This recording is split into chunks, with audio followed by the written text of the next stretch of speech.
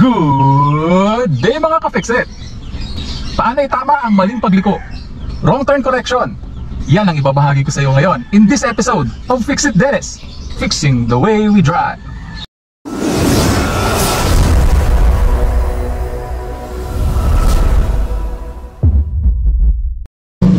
Okay mga ka-Fixit, so recently lang meron ako napanood sa Facebook and YouTube na video na kung saan nag-viral ito. Marami na rin po nakapanood, malamang ay napanood mo na to. At kung hindi mo pa napapanood, ipapanood ko sa iyo ito later. Pero itong video na ito ay para mabigyan kayo ng tamang information kung paano ang gagawin kapag mali yung iyong pagliko. Halimbawa, lumiliko ka sa isang kanto, lumiliko ka sa highway o kahit sa pang mga lugar yan at medyo mali yung paraan ng iyong pagliko, medyo napasobra ka. So itong video na to, ibabahagi ko sa iyo para makorek mo yan, yung mistake na yan, at magawa mo ng tama yung iyong pagliko. And magbibigay din ako ng tips kung paano ito mape-prevent para hindi sa iyo mangyari yung kagaya ng nangyari sa driver sa video na ito. Ito, panoorin mo.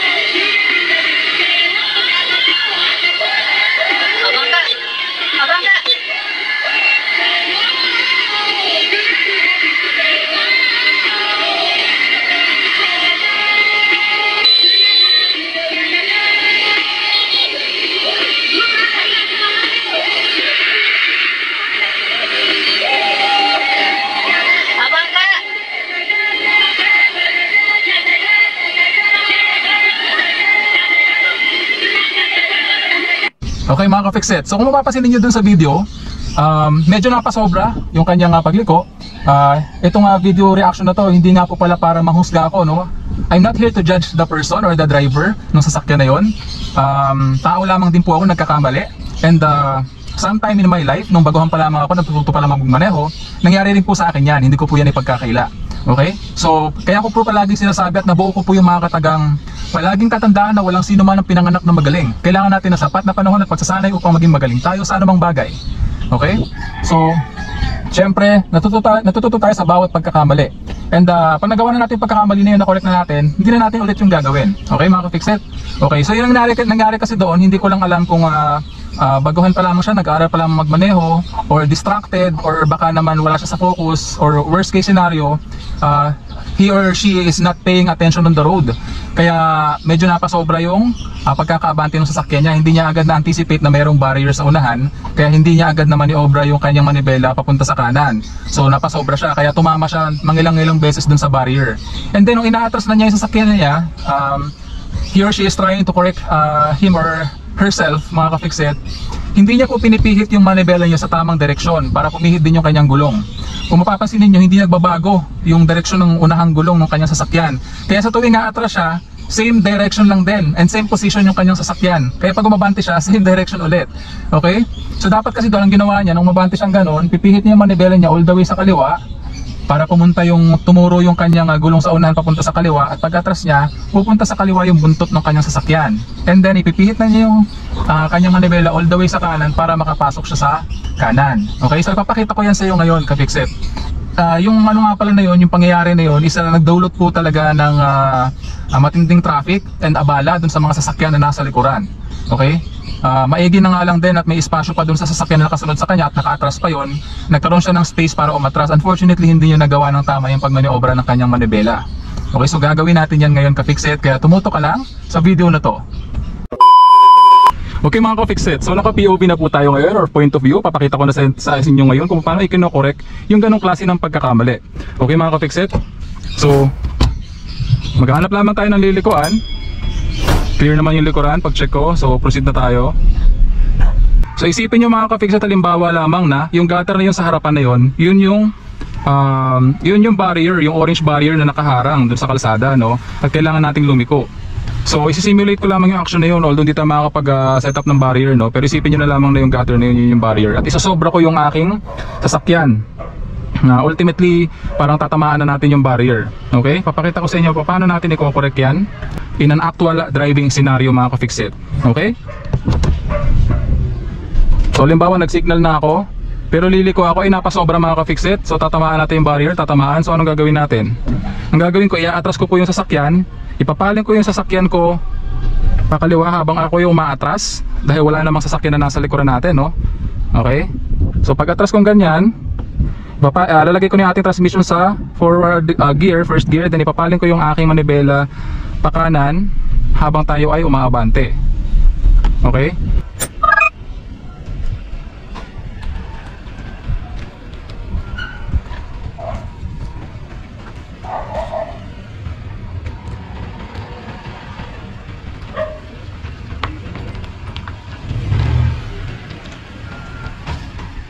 So yung pong correction na yun mga ka-fixit, yun po yung gagawin nating correction kung tayo po ay nagmamaneho na wala namang nakasunod na sasakyan sa ating likuran. Okay? So meron po tayong enough na space sa likuran para maka-atras tayo freely. Pero ano yung gagawin mo halimbawa lang na kagaya ng senaryo dun sa video na kung saan merong nakatutok na sasakyan sa likuran. So limited lamang yung space sa likuran para maka-atras tayo. So gagawin natin yan ngayon. Yan, dito lalagay ko lang yung ating sasakyan sa kabilang side. Isi-simulate natin yung action na yan. Okay? So halimbawa, ganun ulit. Yung gutter na yun, yun yung orange barrier.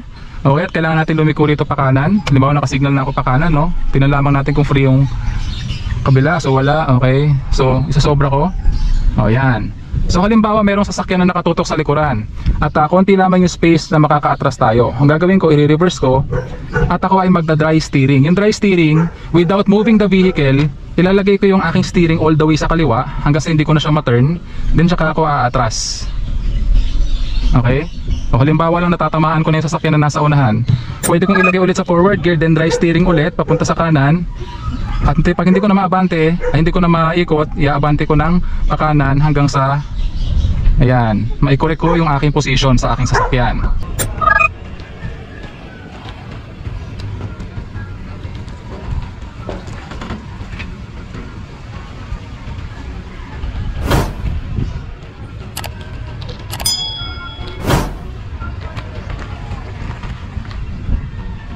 Okay? So yun yung dry steering. Yung dry steering po mga ka-fixit, yan yung kung saan iniikot natin yung ating manibela, okay, without moving the vehicle. So ibig sabihin, nag-i-steer tayo ng ating manibela na hindi humihinto, hindi umaandar yung ating sasakyan or stationary lamang siya, nakahinto po mga ka-fixit. Ang disadvantage lamang ng dry steering, kumakaskas yung part ng gulong mo dun sa kalsada, no? Kaya hindi ko rin ina-advise na gagamitin mo or gagawin mo yung dry steering ng madalas. Gagamitin mo lamang yan kung kinakailangan. Actually meron akong ginawang video tungkol dyan sa dry steering na yan, and maglalagay ako ng link ng video na yun sa upper right portion ng video na to and sa description below para mapanood mo. Gagawin pa ulit natin yan. Isa pa ulit na senaryo, halimbawa lang mga ka-fixit, ito dito ako sa part na to. Okay? So sabihin na lang naman natin, naliliko ako dito sa kanto nito pero may orange barrier dyan, o yung kanto na yun, yung merong malunggay o halimbawa orange barrier at mapapasobra ako dyan. Isisimulate natin yung action na yan. Ganito yung senaryo ngayon ka-fixit So may orange barrier dyan, okay? Merong sasakyan sa likuran ko at sobrang liit lamang ng space para maka-atras ako. Okay? Gagamitin natin na magda-dry steering tayo at dalawang beses kong iaabante at dalawang beses kong iaatras yung ating sasakyan para makorek natin yung ating position. Okay? So sisignal lang ako ng pakanan, clear na yung kalsada. Isasobra ko yung sasakyan, sasadyain natin yan. Ayan, at babangga tayo dito sa barrier. So ang mangyayari, iaatras ko yung ating sasakyan. Okay, reverse. Then dry steering, paling natin yung ating manibela all the way sa kaliwa at tayo ay aatras. Pero natatamaan natin sa sasakyan na nasa likuran. So iaabante ko ulit. At dry steering ulit all the way sa kanan yung ating manibela. Aabante tayo pa konti. Pero tatamaan ko pa ulit yung orange barrier, no? So ang gagawin ko ulit, ilalagay ko sa reverse yung ating transmission at magda-dry steering ulit ako all the way sa kaliwa yung ating manibela. Then tayo ay aatras. Kaunti lamang para hindi natin tamaan yung sasakyan na nasa likuran. At ilalagay ko ulit yung ating transmission sa forward gear. Then ikokorek ko na yung position ng ating sasakyan ng tama lamang, sakto, para madiretso natin yung ating sasakyan sa kalsada.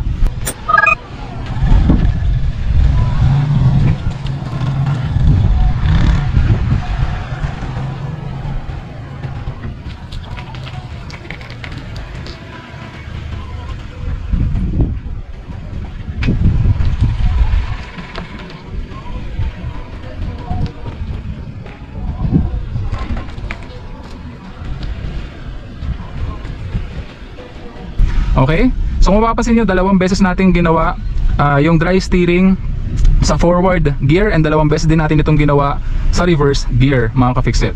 Okay? Gagamitin mo lamang yon kung limited yung space mo, no, na aatrasan, and limited din yung space mo na pag-aabantehan, yung may tatamaan ka. Okay? So kanina pa natin ginagawa yan ng pakanan, gawin naman natin ng pakaliwa. Ito eksakto, nasa kaliwa tayo. Ay, nasa kanan tayong bahagi ng kalsada, tapos kakaliwa tayo dito, mga ka-fixit. Okay? So iaabante ko. Clear naman yung kalsada. Signal tayo ng pakaliwa at tayo ay puproceed pakaliwa. Pero ayan, mali ako ng tansya. Tatamaan natin yung orange barriers. Ang gagawin ko, iaatras ko ng magda-dry steering ako all the way pa kanan hanggang sa hindi ko na maliko, then iatras ko ng kaunti, pero tatamaan ko yung sasakyan na nasa likuran. So i-forward gear ko at iabante ko. Pasensya na, merong sasakyan na nasa likuran, kailangan ko siyang paabantehin. Okay? Okay, mga ka-fixit. So ulitin natin yan, isa pa pakaliwa. Dry steering yung ginawa ko sa una, pero yung pangalawang maneuver na ginawa ko, inaabante ko na paunti-unti yung ating sasakyan kasi meron pong dadaan na motorsiklo. Okay? So gawin natin yan dito. Ayan, ulitin natin one last time. So kakaliwa ako dito, mga ka-fixit, pero may orange barrier. So ayan, nagkamali ako ng tansya, bababangga natin yung orange barrier. So ang gagawin ko, aatras ako, dry steering all the way pa kanan para pumunta yung buntot na ating sasakyan sa kanang bahagi ng kalsada. Atas ako dahan-dahan, pero tatamaan ko yung sasakyan na nasa likuran. So ang gagamitin ko, forward gear ulit, dry steering papunta sa kaliwa, at iabante ko yung ating sasakyan, pero tatamaan ko ulit yung orange barrier. So iatas ko ulit yung ating sasakyan, dry steering papunta sa kanan. Stationary yung ating sasakyan, di umaandar. Okay, dry steering papunta sa kanan. Ayan, so pwede na tong spasyo na to. Forward gear, pwedeng hindi na dry steering to kasi may espasyo na tayo na enough sa unahan para tayo ay makaabante na hindi natin tatamaan yung orange barrier. Okay? So that's how you correct yourself. Halimbawa man lamang na mangyari sa'yo yung same scenario kagaya nung nasa video, mga ka-fixit. Okay? Pero pwede mong maiwasan yan na hindi yan mangyari sa'yo. Just pay attention lang and mag-practice ka. Halimbawa, ito kagaya nito sa subdivision, mag-practice ka ng tamang pagliko. Okay? Alam mo, kagaya nito, liliko ako pa kaliwa. So, tumapat na yung aking side mirror dito sa gitnang guhit ng kalsada. So, ililiko ko na yung aking manubela sa kaliwa para tumiretso yung ating sasakyan. Okay? So, meron na akong ginawang video tungkol dyan, yung tamang pagliko, no, mga ka-fixit. So, kung di mo pa napanood yun, maglalagay ako ng link ng video na yun sa upper right portion ng video na to sa description below para mapanood mo. Okay, mga ka-fixit? Very beneficial yung video na yun, lalong-lalo na sa mga nag-aaral pa lamang magmaneho. Ito, mga ka-fixit, very good example to. Papakita ko ulit sa inyo. I-atras ko, so free naman, walang sasakyan sa unahan. Ito. So ang ginawa ko, mga ka-fixit, galing ako dito. So pag abante ko, pumunta pa ako dito sa may kanan. So bakit ko ginawa yun? Kasi kung dediretsuin ko dito sa side na to, no, kung dito ko kinuha, dyan ako galing, diba? Kung dito ko kinuha, liliko ako dyan, maaaring pagliko ko, hindi ko makikita na meron palang paparating dun sa side na yon. So magkaari kami madisgrasya. Kaya ang tamang senaryo ng pagliko sa mga ganitong situation, kung galing ka man dito sa side na to dahil may sasakyan na nakaparada sa kabila, babalik ka ulit sa kung saang position ka dapat nararapat, yung correct position ng iyong sasakyan, which is sa kanan. So dito ka magagaling dapat para lumiko sa ganitong klase ng kalsada. Okay? So dito tayo galing. Ayan. So pag tumapat na yung ating side mirror sa gitnang guhit ng kalsada, mga ka-fixit, doon ko i-start yung pagliko. Ayan. O, para tama po yung position ng ating sasakyan after ng pagliko natin. Okay? Pero kung no choice na at wala ka ng ibang espasyo na pupuntahan sa kanan, pwede mo naman kunin yung kabilang linya. Pero with the precautionary measure, mag-iingat ka. Triple ingat kasi maaaring may makasalubong ka sa kabilang side ng kalsada. Okay, mga ka-fixit? So sana naging malinaw sa'yo yung mga tinuro ko sa yung paraan ngayon paano i-correct yung ganong klase ng pagkakamali. Okay, mga ka-fixit? Pero sabi ko nga kanina, meron namang mga paraan para maiwasan yan, no? Just practice and practice and practice, no? Para makuha mo yung tamang paraan ng pagliko. And anticipation, no? Planning, anticipation, and execution, importante yan. So sa bawat nakikita natin sa kalsada, no? Kung ikaw ay praktisado na at may sapat ka ng kasanayan, automatically magpaprocess yung utak mo sa kung ano yung nakikita mong senaryo sa kalsada sa bawat sitwasyon. Then yung calculation ng utak mo na yan, magsisend yan ng signal sa buong katawan mo and magiging automatic reflex action and muscle movement yan ng iyong katawan. Magagawa mo yan freely without thinking about it, mga ka-fix it. Okay? So anticipate lang, never lose focus when driving. Kasi minsan kaya nangyayari din yung mga ganung pagkakamali kaya dun sa mga matatagal na nagmamaneho, dahil yan sa nawawalan sila minsan ng focus o kaya nadadivert yung attention nila sa ibang bagay, no? So kaya nagkakaroon ng mga ganung klase ng pagkakamali kahit dun sa matatagal na nagmamaneho. So never lose focus lang. Okay? Ingat lagi sa pagmamaneho, mga ka-fix it. Okay mga ka-fix it, I do hope na sana nakatulong sa iyo itong video na to. And kung hindi ka pa subscriber ng channel ko, mga ka-fix it, please consider subscribing. Please like, leave a comment and share my videos para makatulong din po sa iba.